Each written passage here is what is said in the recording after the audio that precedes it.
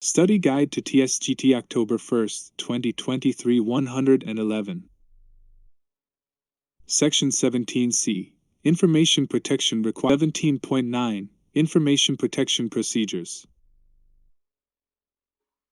Information protection is a subset of the USAF security enterprise and consists of the core security disciplines, personnel, industrial, and information security, used to determine military, civilian, and contractor personnel eligibility to access classified information. Ensure the protection of classified information released or disclosed to industry in connection with classified contracts, and protect classified information and controlled unclassified information, CUI, that, if subject to unauthorized disclosure, could reasonably be expected to cause damage to national security. 17.10. Information Security. All personnel in the USAF are responsible for protecting classified information and CUI under their custody and control. DUDM 5200.01v1_AFMAN 161404v1, Information Security Program, Overview, Classification, and Declassification, January 10, 2021, provide the guidance for managing classified information and CUI. Classified information. Classified information is designated accordingly to protect national security. There are 3 levels of classification: top secret, secret, and confidential. Each individual is responsible for providing the proper safeguards for classified information, reporting security incidents, and understanding the sanctions for noncompliance. Top secret. Top secret shall be applied to information that the unauthorized disclosure of which reasonably could be expected to cause exceptionally grave damage to the national security that the original classification authority is able to identify or describe. Secret. Secret shall be applied to information that the unauthorized disclosure of which reasonably could be expected to cause serious damage to the national security that the original classification authority is able to identify or describe. Confidential. Confidential shall be applied to information that the unauthorized disclosure of which reasonably could be expected to cause damage to the national security that the original classification authority is able to identify or describe. 17.11. CUI. CUI is information the government creates or possesses, or that an entity creates or possesses for or on behalf of the government, that a law, regulation, or government-wide policy requires or permits an agency to handle using safeguarding or dissemination controls. Requirements, controls, and protective measures developed for these materials are found in DOD 5200.48_AFI 16 to 1403, Controlled Unclassified Information, October 5, 2021. Original classification.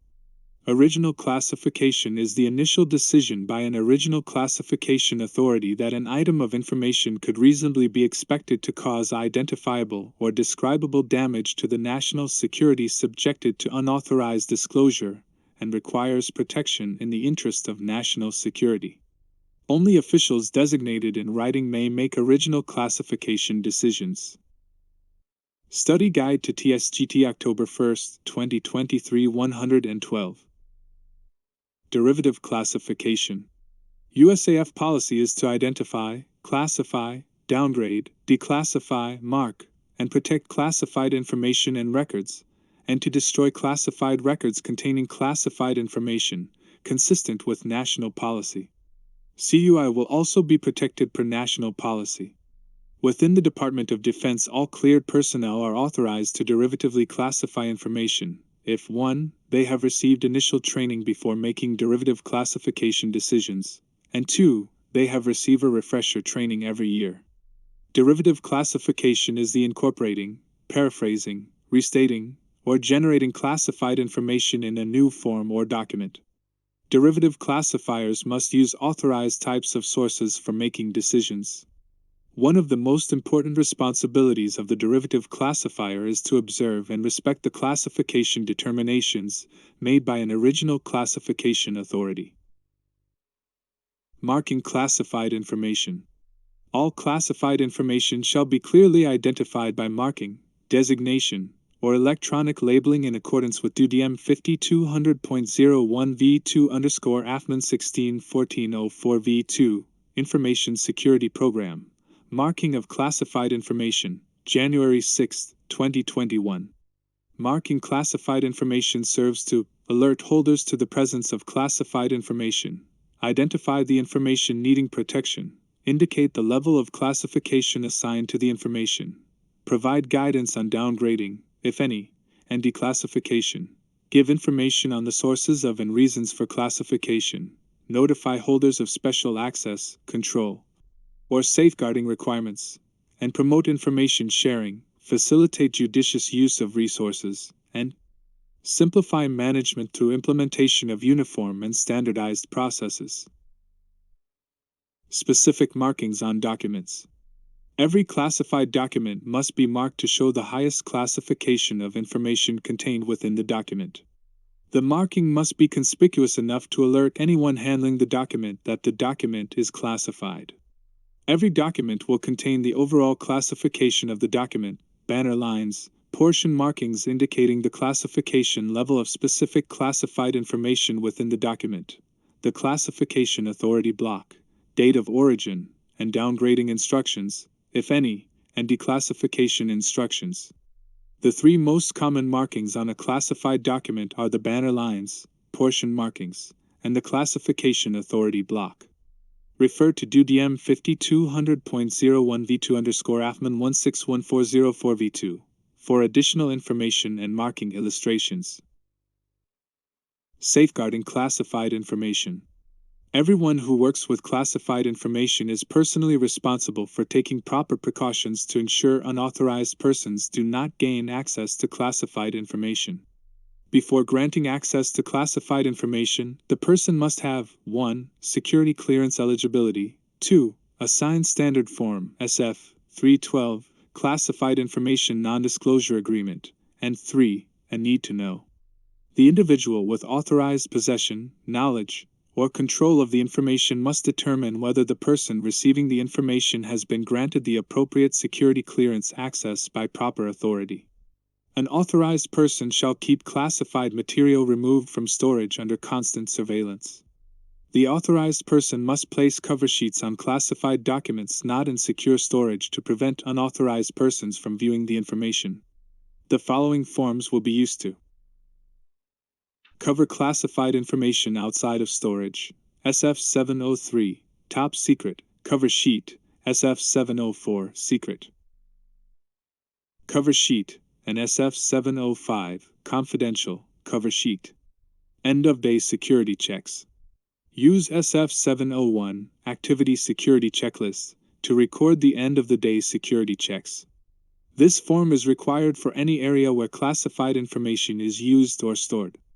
Ensure all vaults, secure rooms, and containers used for storing classified material are checked. Classified information systems should specifically be stored in a General Services Administration approved safe or in buildings or areas cleared for open storage of classified.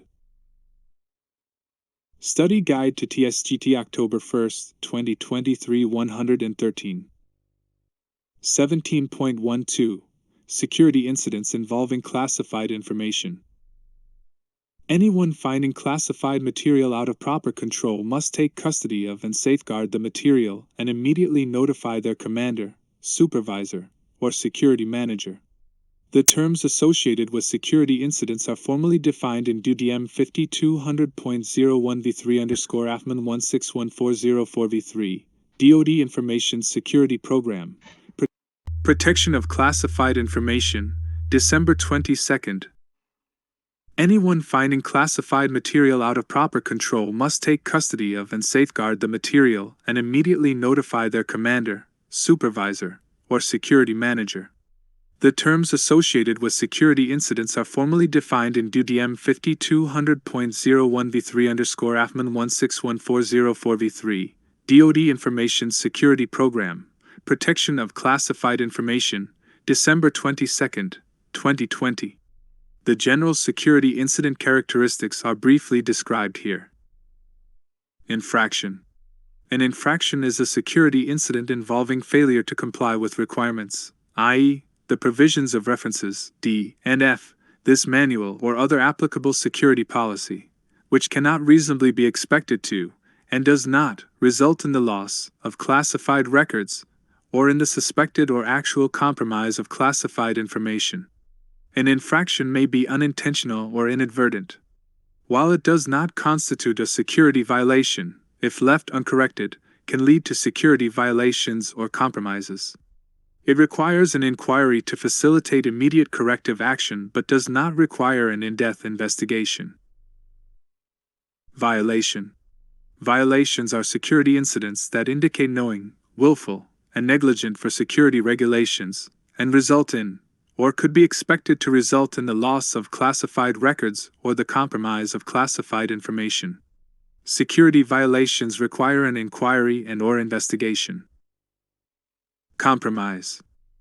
A compromise is a security incident, more specifically, a violation, in which there is an unauthorized disclosure of classified information, i.e., disclosure to a person who does not have a valid clearance, authorized access, or a need to know. Loss. A loss occurs when records containing classified information cannot be physically located or accounted for. This could include classified records/equipment is discovered missing during an audit, and which cannot be immediately located. Data spills. Classified data spills occur when classified data is introduced either onto an unclassified information system or to an information system with a lower level of classification, or to a system not accredited to process data of that restrictive category. Although it is possible that no unauthorized disclosure occurred, classified data spills are considered and handled as a possible compromise of classified information involving information systems, networks, and computer equipment until the inquiry determines whether an unauthorized disclosure did or did not occur. Information in the public media. If classified information appears in the public media, including on public internet sites, or if approached by a representative of the media, DoD personnel shall be careful not to make any statement or comment that confirms the accuracy of or verifies the information requiring protection. Report the matter as instructed by the appropriate DoD component guidance, but do not discuss it with anyone who does not, in the case of classified information, have an appropriate security clearance and need to know. 17.13 Industrial Security. USAF policy is to identify, in classified contracts, specific information and sensitive resources that must be protected against compromise or loss while entrusted to industry. Security policies, requirements, and procedures are applicable to USAF personnel and on-base Department of Defense contractors performing services under the terms of a properly executed contract and associated security agreement or similar document, as determined by the installation commander. Study Guide to Tsgt October 1, 2023 114. 17.14 Personnel Security. The Personnel Security Program entails policies and procedures that ensure military, civilian, and contractor personnel who access classified information or occupy a sensitive position are consistent with interests of national security. For most personnel, this involves procedures for obtaining proper security clearances required for performing official duties. It involves the investigation process, adjudication, approval, for eligibility, and the continuous evaluation for maintaining eligibility. Commanders and supervisors must continually observe and evaluate their subordinates with respect to these criteria and immediately report any unfavorable conduct or conditions that might bear on the subordinate's trustworthiness and eligibility to occupy a sensitive position or have eligibility to classified information. Adjudicative Guidelines. The Department of Defense Central Adjudication Facility is the designated authority to grant, deny, and revoke security clearance eligibility using the Department of Defense 13 adjudicative guidelines, while applying the whole person concept and mitigating factors. Individuals are granted due process and may appeal if the security clearance eligibility is denied or revoked. For additional details, Refer to the DUDM 5200.02_AFMAN 16 to 1405, Air Force Personnel Security Program, July 31, 2018. The 13 adjudicative guidelines include allegiance to the United States, foreign influence, foreign preference, sexual behavior, personal conduct, financial considerations, alcohol consumption, drug involvement, psychological conditions, criminal conduct, handling protected information, outside activities, use of information technology.